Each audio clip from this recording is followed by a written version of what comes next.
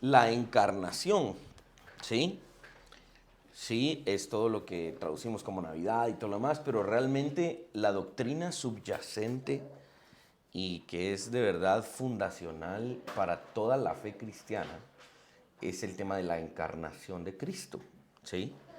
Realmente es el misterio de la encarnación, ¿sí?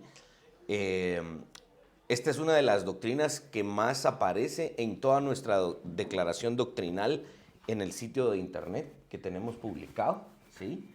Y porque la persona que le da sentido a nuestra fe es Jesucristo y necesitamos tener una doctrina clara de quién es Jesucristo y qué significa que Él es el Dios en carne.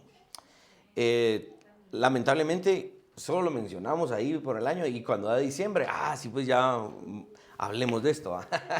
Pero voy a tomar este mes, excepto el próximo viernes que me va a ayudar Eddie con otra cosita ahí, pero vamos a tomar estos viernes para hablar de precisamente de lo que es la encarnación. Miren, en esa doctrina hay muchísimas cosas que hacer. Solo ahí les puse un listado como de 3, 4 cosas en el anuncio. Qué es el verbo hecho carne, qué es el principio de Manuel. Hay varias cosas fantásticas que uno puede de verdad estudiar y aprender. Quiero que sigan la lectura en, en estas porciones que voy a ir mencionando. Voy a leer Juan capítulo 1, versos 1 al 5, luego los versos 9 y 10 y por último el verso 14. Dice de la siguiente manera: en el principio era el verbo y el verbo era con Dios y el verbo era Dios. Este era en el principio con Dios. Todas las cosas por Él fueron hechas y sin Él nada de lo que ha sido hecho fue hecho. En Él estaba la vida y la vida era la luz de los hombres. La luz en las tinieblas resplandece y las tinieblas no prevalecieron contra ella. Aquella luz verdadera que alumbra a todo hombre venía a este mundo. En el mundo estaba y el mundo por Él fue hecho, pero el mundo no le conoció. Verso 14. Y aquel verbo fue hecho carne y habitó entre nosotros. Y vimos su gloria, gloria como del unigénito del Padre, lleno de gracia y de verdad.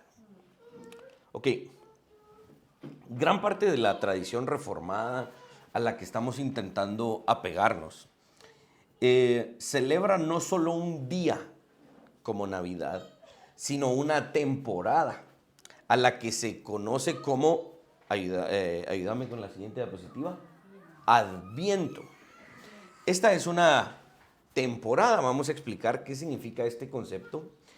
La gran mayoría de las iglesias reformadas, en Guatemala no lo vemos mucho, celebran esta temporada que se llama Adviento.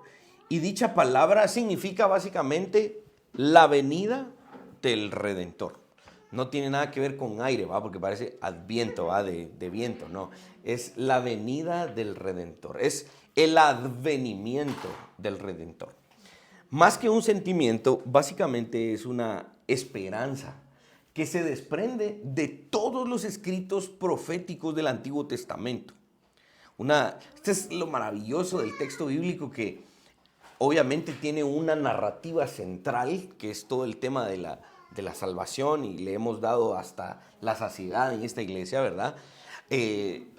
Los profetas y el Antiguo Testamento hablan acerca del reino, hablan de la venida del Espíritu, ahí hablan de muchas cosas, ¿no? Pero hay un color bien importante en todos los pasajes proféticos que hablan acerca del Mesías, y es el color, si lo puedo explicar así, el color de Adviento. Es dentro de las profecías incluso desde Génesis 3:15, ¿no? El famoso protoevangelio y la promesa de un redentor que vencería a la simiente de la serpiente. Todas estas profecías tienen nos impulsan a esperar al Redentor. Ahora, nosotros diríamos, pero para nosotros el Redentor ya vino, ¿va? Entonces, ¿cómo es que estamos esperando? Bueno, ese primer adviento, era lo que todos los del pueblo de Israel anhelaban en el Antiguo Testamento. Hoy, en la era del Nuevo Testamento o en la era del Nuevo Pacto, Anhelamos también un adviento. ¿Cuál sería? El advenimiento de su segunda venida. Esta es una esperanza que se desprende de todo el lenguaje profético. Los profetas, quienes conforme los siglos avanzaban, se logra distinguir con mucha claridad el incremento o el aumento de la expectativa, ¿no?, de la venida del Mesías anunciada desde el jardín en Génesis 3:15. También es una celebración, ¿sí? También es una celebración y que pertenece al cristianismo histórico, ¿sí? Desde temprano en la historia de la iglesia, los cristianos buscaron celebrar esta temporada, no solamente un día, ¿no? Replicando el sentimiento del testimonio de los profetas y así también manifestar una esperanza para la segunda venida del Señor. Esto es bien importante. Miren, yo me ha tocado ir a caminar, ¿no? Que Cindy me ha llevado, que mira que hay que comprar esto, que hay que comprar, entonces hay que ir a comprar, ¿vale? Entonces hay que ir a caminar porque el centro comercial, por las calles, y empiezan todas las tiendas, ¿a qué? A manifestar todos estos anuncios y colores, porque es la temporada que le llaman navideña, ¿no? Ahora, para mucha gente, para la gran mayoría de gente, tristemente, esta es una temporada de negocios, ¿verdad? Lo más importante es pintar todos los productos de este color, porque es la temporada y así se vende más. Si no pinta navideño, no se vende. Pero piensen, ¿por qué hay una temporada? Tristemente, aunque sea solo de negocios, mucha gente lo mira solo así. ¿Por qué? Porque existe una razón para esa temporada. Y esa razón es el Adviento, es el advenimiento, es la encarnación del Redentor. Para algunos, el verdadero mensaje del Adviento tiene que ver con eso, y es a lo que los quiero invitar. Hace como unos 12, 13 años, en la ciudad de Nueva York, la asociación de ateos de ese lugar, de esa ciudad, financió con mucho dinero una campaña que decía Keep the merry, drop the myth, que significa mantén la alegría, pero olvídate del mito. ¿Ah? Entonces ellos decían, sí, está bien, es diciembre, celebren, pero no celebren el mito ese de que Jesús se encarnó o que Jesús es Dios, porque tal cosa es mentira. Esa decía la campaña, ¿no? Ahora, yo pregunto, ok, mantengan la alegría, ¿de qué? Mantengan la alegría de qué, pero olvídense del mito. Realmente no tenía sentido. Ellos se querían burlar del cristianismo, pero realmente la broma estaba hecha para sí mismos. Porque ellos querían celebrar sin razón alguna. ¿Ah? Y ya saben cómo pongo, cuando me pongo a hablar de estas cosas, de apologética, ¿no? Cuando preguntamos entonces, ¿qué razones tienen los ateos para celebrar? La vida. El ateo más importante de hoy en día, él dice que la vida, de acuerdo a la perspectiva atea, siguen buscando de dónde vino. Ni siquiera eso podrían celebrar. ¿Cómo justifican los ateos la felicidad? ¿Cómo justifican los ateos el amor? ¿Cómo justifican todo ese tipo de cosas que son inmateriales, que para ellos no existen? Es decir, la campaña no sirve para nada. Y de igual manera no serviría que los negocios se pinten de estos colores si no hay una verdadera razón que los impulse a hacerlo. Y eso es lo que tenemos que entender. ¿Cuál es el verdadero mensaje del Adviento? No solamente vamos a hablar del Adviento, sino que vamos a hablar de la Natividad, que es el nacimiento del Salvador, y la Epifanía, que significa la manifestación a los gentiles. Estos son eventos centrales en la vida de Cristo y son profundamente significativos para el todo de la historia humana. Dios se hizo hombre. Allá por el año 1100, 1101, hay un debate por ahí todavía en qué año fue, el gran Anselmo de Canterbury escribió un tratado en latín que se titula Cur Deus Homo. Y era una pregunta. En ese tratado él intentó, de hecho con bastante efectividad, responder la pregunta: ¿cómo fue que el Creador se hizo hombre?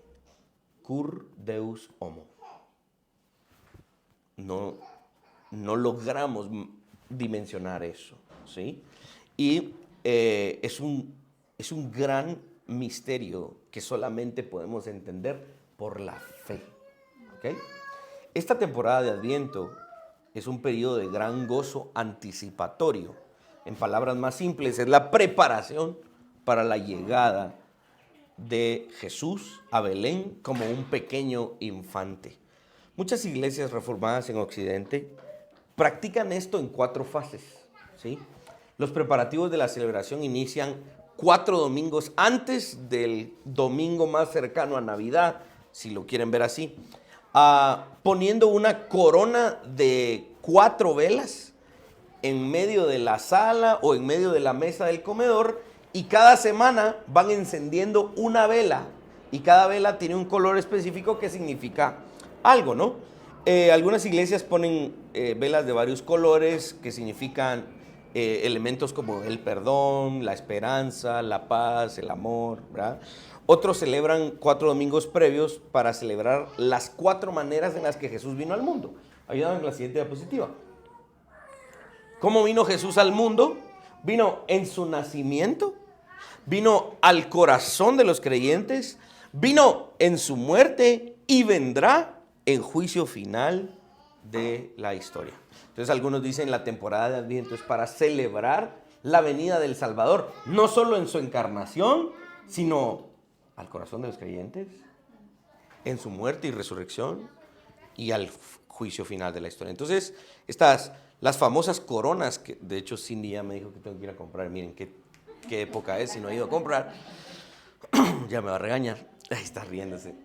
Y a ella le gustan de esas que son de verdad, que huela, ¿va? Las coronas, esas son las coronas que se llaman coronas de Adviento, ¿no? ¿Y por qué coronas? Porque el que se encarnó fue nada más y nada menos que el Rey, ¿sí? Es una corona de Adviento, ¿no? En conclusión, el Adviento, ayúdame, ahí está, es la preparación para la venida del Redentor. ¿Esperamos nosotros al Redentor? Claro. ¿Nos gozamos en esa esperanza? Claro, tenemos que hacerlo. El siguiente concepto que quiero tratar rápidamente es el concepto de la Epifanía.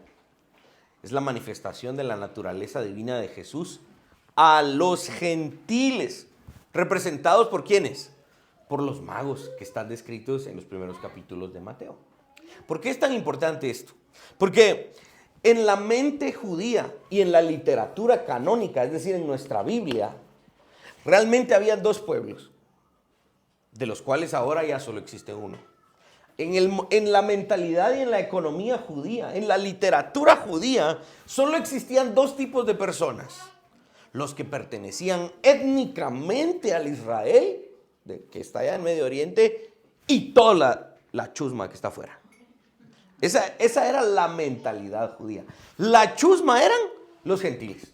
Y no importaba si ese era Alejandro Magno, el gran rey. Es chusma, este es gentil. Está fuera, según ellos, de la economía judía, el pueblo elegido de Dios. Ahora, cuando el Salvador le revela esto a ¿quiénes? A los Reyes Magos, que en las primeras prédicas de nuestro canal de YouTube hay una muy bonita exégesis que yo hice sobre quiénes eran los Reyes Magos y todo el trasfondo histórico. Les animo a que lo vuelvan a escuchar. Quienes estos no eran magos de hechiceros y eso, no. La palabra magos eran académicos, eran eruditos de la antigüedad, quienes probablemente venían de Babilonia persiguiendo las enseñanzas que un profeta judío instauró en el país de Babilonia. Nada más y nada menos que Daniel. Se cree que todos estos eruditos vinieron estudiando lo que Daniel estableció allí durante 600 años. Y fueron ellos los que entendían el movimiento de los cuerpos celestes y leían las escrituras y las explicaciones del profeta Daniel y dijeron, es tiempo de que el Rey de Reyes, el Redentor, se manifieste en carne. Gentiles. Cuando Mateo, Marcos, Lucas, Juan y todos los demás dicen, estos no eran judíos y vieron al Salvador, entendieron que este evangelio no era solo para los judíos, sino que era para toda la humanidad. Para todos aquellos quienes antes no eran pueblo, decía el profeta, serán mi pueblo. Y ahora, dice Pablo en Efesios, el misterio que había sido escondido durante la antigüedad, hoy se ha revelado, que la pared que dividía los dos pueblos, judíos y gentiles, ha sido derribada para hacer de los dos pueblos un solo hombre en Cristo. Y por eso es que nosotros hoy nos podemos llamar el pueblo de Dios. El concepto de la Epifanía es bien importante, más que todo para nosotros. Nosotros los que no éramos judíos de nacimiento y de sangre, sino que éramos más gringos. Se ríen. ¿Por qué? Porque el Salvador se manifestó a los gentiles. Es la historia de la salvación. Algunos agregan este concepto en una fiesta también, ¿no? En Latinoamérica se le conoce como... ¿Cómo se le conoce a esa fiesta? A esta. El Día de los Reyes Magos, ¿verdad? El Día de Reyes, ¿verdad? El 6 de enero. Y en algunas iglesias reformadas, a esta fiesta se le llama la fiesta de Epifanía, ¿sí? Los católicos la han bautizado como el Día de Reyes, ¿verdad? Ahí les encargo la torta para que podamos disfrutar con café. Ahora, pregunto, ¿creemos nosotros en la manifestación humana del Hijo de Dios? Claro.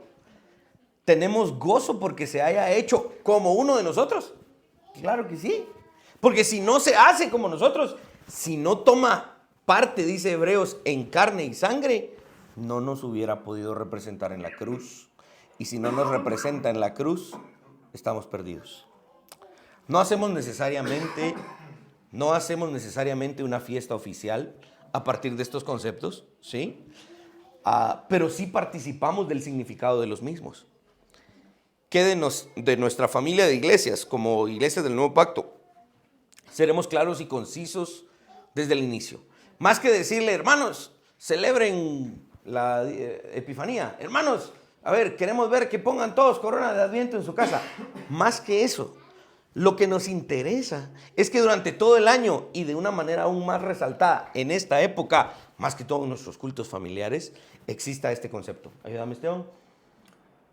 Nuestro interés central es la adoración al Verbo encarnado. Y así, como lo estamos diciendo, creemos que Dios se hizo carne. No creemos en un Dios que vive por ahí en espíritu, que no lo podemos ver. Creemos en un hombre como nosotros, que participó como nosotros de este mismo cuerpo en el que hoy nosotros participamos. No vemos las formas de las fiestas como obligatorias. ¿Tiene usted que hacer corona de Adviento? ¿Tiene que usted hacer torta de Reyes? No vemos eso como obligatorio. ¿Por qué? La forma no es vinculante. No creemos que si no hacemos eso, fallamos al Señor, ¿no? En tal temporada o en tal otra, no. Lo que sí observamos en la Escritura para nosotros como vinculante, es decir, como algo que sí nos obliga, es esto: el adorar al Verbo encarnado. La natividad de Jesús, hoy 2023 años después, este es nuestro interés, la adoración al Verbo humanado. Tributamos, vamos a cantar unos himnos en ese domingo de Navidad con frases magníficas teológicas y bíblicas que dicen: tributamos honra y adoración al Rey que bajó al seno virginal para darnos salvación. Individualmente, en nuestras familias, podemos o no celebrar de tal o de otra manera, podemos poner adornos o no podemos poner adornos, siempre y cuando dentro de las fronteras bíblicas, pero lo que no puede faltar en nuestra casa es la adoración al Rey de Reyes, Dios tomando forma de hombre para darnos redención a nosotros y a nuestras familias. Vamos rápidamente a lo que dicen nuestros credos y confesiones. Acá, ¿a qué nos apegamos en esta iglesia o en esta familia de iglesias? Nos apegamos al credo de los apóstoles, nos apegamos al credo de Nicea, nos apegamos al credo de Atanasio y nos apegamos a la confesión de fe de Westminster. entre otras confesiones que podríamos mencionar, pero digamos que si ustedes accesan a nuestro sitio web y ponen ahí nuestra declaración doctrinal, van a encontrar precisamente estos credos que componen lo que se llama la ortodoxia. La ortodoxia es la enseñanza correcta de las Escrituras. Creemos que es en nuestro idioma vernáculo o común la mejor articulación de la doctrina bíblica en cuanto a la naturaleza de Cristo. Por eso es que desplegamos con sinceridad y sin temor sin avergonzarnos esos credos que hoy vamos a mencionar. Esto significa que nuestros credos, la encarnación del Hijo de Dios, no es solo un tema pasajero.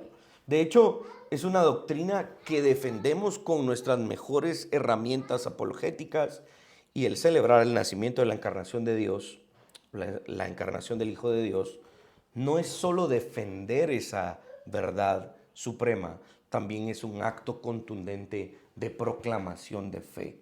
Algunas declaraciones doctrinales que creemos y defienden lo que creemos nos ayudan y están ahí, como les digo, en nuestro sitio web. A ver, veamos la primera. Esta es una declaración que no está en ninguno de los credos, sino que es una declaración doctrinal de nuestra familia de iglesias. Dice: creemos que Dios ha redimido para sí mismo a través de Jesucristo nuestro Señor, quien Él era y por siempre continuará siendo el Hijo eterno de Dios. Sin embargo, fue concebido por el Espíritu Santo, nacido de la Virgen María y se hizo hombre. El credo de los apóstoles, en una de sus partes, recita: creo en Dios Todopoderoso, creador del cielo y de la tierra, y en Jesucristo, su único Hijo, Señor nuestro, quien fue concebido del Espíritu Santo, nació de la Virgen María.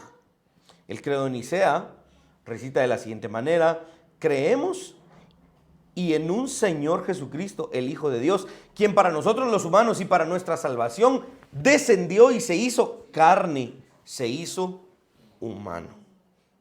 ¿Sí? ¿Qué hacemos entonces?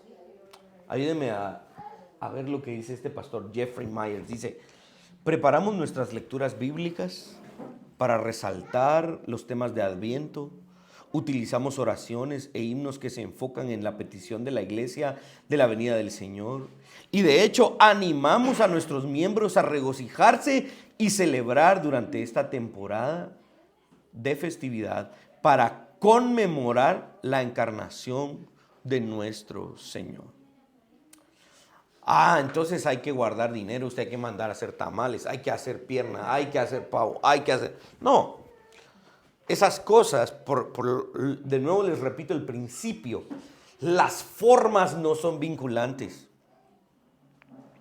Si yo quiero celebrar con un plato de frijoles y huevito y arroz, porque para eso me alcanza, no hay problema, pero lo que no debe faltar es mi reconocimiento de que Dios se hizo carne. ¿Sí? La tradición reformada, exceptuando una minoría históricamente, ha celebrado de diversas maneras, con ciertas prácticas, decoraciones y demás, el nacimiento de nuestro Señor Jesucristo. De hecho, una de las confesiones reformadas, vamos a estudiar algún día, la segunda confesión helvética de 1566, dice en su artículo 24, miren lo que dice, ayúdame: días festivos cristianos y fiestas dedicadas a los santos. Estamos muy de acuerdo con que las iglesias, usando de la libertad cristiana, celebren piadosamente la memoria del nacimiento del Señor, su circuncisión, su pasión y resurrección, su ascensión a los cielos y la venida del Espíritu Santo sobre los apóstoles. En cambio, no consentimos fiestas en honor de personas o de santos. Los días festivos, claro está, caben entre los mandamientos de la primera tabla de la ley y deben estar dedicados a Dios únicamente. Por eso es que decimos que Guatemala no es un país eminentemente protestante, porque este país está repleto de pueblos y lugares y fiestas y días en el calendario en honor a santos. La tradición reformada generalmente no ha celebrado santos, personas, teólogos. Sí los recordamos y los admiramos y los citamos y los, ¿verdad? Y los admiramos en el nombre del Señor, pero nunca elevamos honor o dedicamos fiestas a santos o a teólogos o a esto y lo otro, porque a quien celebramos es al Dios que nos creó, el Dios que nos redimió. Miren, no sería apropiado de nuestra parte el unirnos, présteme mucha atención, no sería apropiado de nuestra parte el unirnos con mayor gozo a la celebración de días establecidos en un calendario nacional, secular o cultural que celebra a las criaturas por diferentes motivos.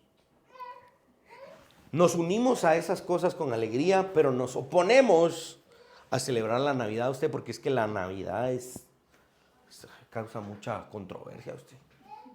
Si ahí la gente se pelea usted, hay algunos que no están de acuerdo, ¿no? Pero proclaman el día del lápiz y vamos a celebrar y hagamos un feriado, el día de la madre, el día del padre, que ese, dicho sea paso, no lo celebran tan bien como el día de la madre. Celebran el día del niño, el día de la mujer y el día del hombre. ¿Dónde está? Acaba de pasar. Ok, ¿ya se dieron cuenta cómo se forma ese calendario cultural? Y tristemente, la gran mayoría de cristianos se unen a un calendario cultural, secular, pero digamos, vamos a celebrar que se encarnó el Salvador. No, vos. Eso hay que tener cuidado porque la gente tiene diferentes opiniones. Sopesen en eso, solo piensen en eso. ¿Qué hay tristemente en la teología tan corta de historia que hemos tenido, que nos han vendido la idea que el tema de la Navidad es controversial, pero no todos los demás días que están hasta allá aparecen default en nuestros calendarios de teléfono? Celebramos la independencia de un país, celebramos esto y lo otro, celebramos el Día del Trabajo, celebramos... pero no celebremos al Salvador. Es triste no celebrar a aquel que hace posible todos esos días. Pregúntense, ¿quién hace posible el trabajo? ¿Quién instituyó el trabajo? ¿A quién se le ocurrió la idea de que el ser humano tiene que trabajar? Es una idea divina, es una idea de Dios. En el jardín, es el mandato cultural, es una extracción del texto para que hagamos lo que nosotros fuimos diseñados para hacer, trabajar. Y celebramos el Día del Trabajo, dicho sea de paso, descansando. Y no celebramos a aquel que hace posible el trabajo. Ok, no me malentiendan. No estoy diciendo, hermanos, empiecen a ahorrar desde enero para que cuando llegue la Navidad puedan ir a comprar árbol y compren regalos y endeúdense. No, eso sería totalmente contrario a nuestro interés central. Nuestro interés central es celebrar al Verbo humanado, al Dios que se hizo carne. Qué triste sería que nos uniéramos a un calendario secularizado, culturalizado, nacionalizado, y nos uniéramos a eso con más gozo, y no unirnos con gozo a las de verdad muy pocas celebraciones que vemos en la Escritura, recordando ¿a quién? Al Dios Trino. Al igual que los gobiernos paganos o gobernantes paganos en la antigüedad, hoy nuestros gobiernos civiles de manera muy sutil han reemplazado las festividades cristianas en nuestros países por un calendario nacionalista. Se celebra una independencia, el Día de la Raza, el Día del Trabajo, el Día del Niño. ¿Estaría bien conmemorar esas cosas? Pues no habría ningún problema. Pero el problema más grande es que se le da mayor atención a la criatura que al Creador. Finalmente se termina celebrando más a la criatura que al Salvador. ¿Sí? Se celebran personajes de la historia de una nación, el nacimiento de George Washington, el día del nacimiento de Martin Luther King, todo ese tipo de cosas. Esta es una especie, en alguna medida, si no se guarda la compostura, una cuestión de baalismo político, ya que la fe cristiana se subordina a intereses políticos. Hoy muchas personas, muchas iglesias, tristemente, toman el calendario secular para acomodar sus predicaciones. Pues el Día de la Madre, tiene que haber una predica de esos. El Día del Niño, tiene que haber una predica de esos. El día ¿verdad? Entonces, de a cómo vaya el calendario general, entonces vamos acomodando nuestras predicaciones. Realmente, ¿cuál es nuestro objetivo en el futuro? ¿Qué dicta nuestro entendimiento del futuro? Nuestro entendimiento del futuro dicta que el todo de nuestra vida, e incluyendo nuestro calendario, se acomode a la Escritura. Por eso, en la tradición reformada existe, por ejemplo, un directorio de la adoración pública. Ese documento no lo hemos visto, pero era una especie de propuesta de la Asamblea de la Confesión de Fe de Westminster para decir, miren, ya que esta es una tierra donde reina el cristianismo, se debería de celebrar esto de acuerdo a lo que la Biblia dice. Entonces se armaba un calendario nacional de acuerdo a lo que se veía en la Escritura. Hoy se arma un calendario de predicaciones en las iglesias de acuerdo a lo que dicta la cultura. No sé si están viendo cómo la cosa se sale de balance.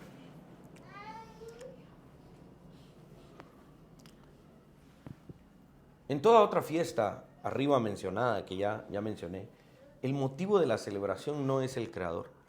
Pero en esta, que estamos tal vez no empujando, sino recordando, lo que estamos recordando al menos una vez al año es que el creador se hizo criatura. Nada en el orden creado, en el universo, ni una estrella, ni un planeta, ni un árbol, ni una planta, ni un animal, ni un hombre, ni una mujer, nada se puede convertir de criatura a creador. Nada. Pero el creador sí se hizo criatura. ¿Cómo no vamos a recordar ese maravilloso acontecimiento? En Adviento, en Navidad, la criatura duda, ya que la criatura está tan acostumbrada a ser celebrada ella y duda si tiene que celebrar al Salvador. Es tiempo de cambiar nuestra mentalidad, de decir, el motivo de mi celebración es el Creador. Nosotros nos apegamos aquí a la Confesión de Fe de Westminster. La confesión tiene dos catecismos, un mayor y uno menor. A ver, ¿quién se recuerda qué dice la primera pregunta del catecismo menor de la Confesión de Fe de Westminster? La primera pregunta dice, ¿cuál es el fin último del hombre? ¿Sí? Glorificar a Dios y gozar de Él para siempre. Cuando hablamos de glorificar, incluye esto, celebrar a Dios y gozar de Él para siempre. Yo no me celebro a mí. Llevo a mi mamá y a mi esposa a comer en el Día de las Madres, sí, no hay problema. Pero no me es prohibido. Pero sería de verdad inconsistente de mi parte si me regocijo más en eso que en el Creador. Nos oponemos a celebrar a las madres por su ardua labor. Dios nos guarde. Si ya no comemos. Si por haber perdido el topper por poco nos matan, imagínense no llevarlas a comer en su día, ¿eh? ¿Está mal llevarlas a comer, darles un regalo? No. Pero sería inapropiado de nuestra parte poner mucho más empeño en esas cosas que en celebrar al Creador y su obra. Por eso, ayudando con la última diapositiva, repito el interés central de nuestras iglesias es celebrar, adorar al Verbo encarnado. Amén. Amén. Okay. ¿Tienen que ir a decorar su casa? No. ¿Tienen que ir a ahorrar para comprar una pierna, para comprar un pavo? No. Ya comimos pavo la semana pasada, entonces ya ahí ya pueden ya pueden cortar eso de la lista. Pero este año creo que Navidad cae 24 de diciembre, cae domingo, ¿no? ¿24 o 25?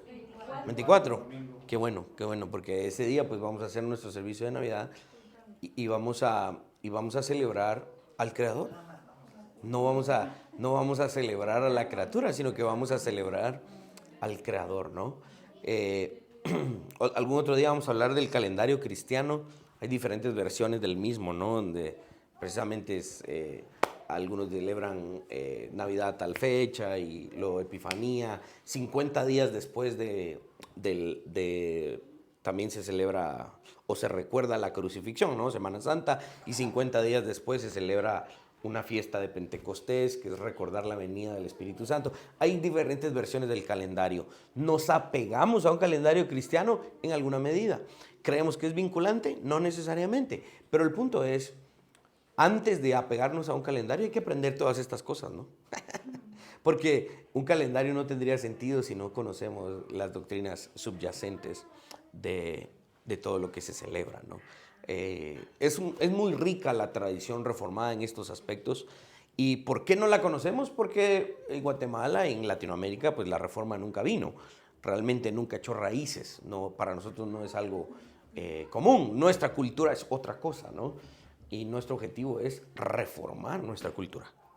Reformar nuestra cultura. Amén. Muy bien.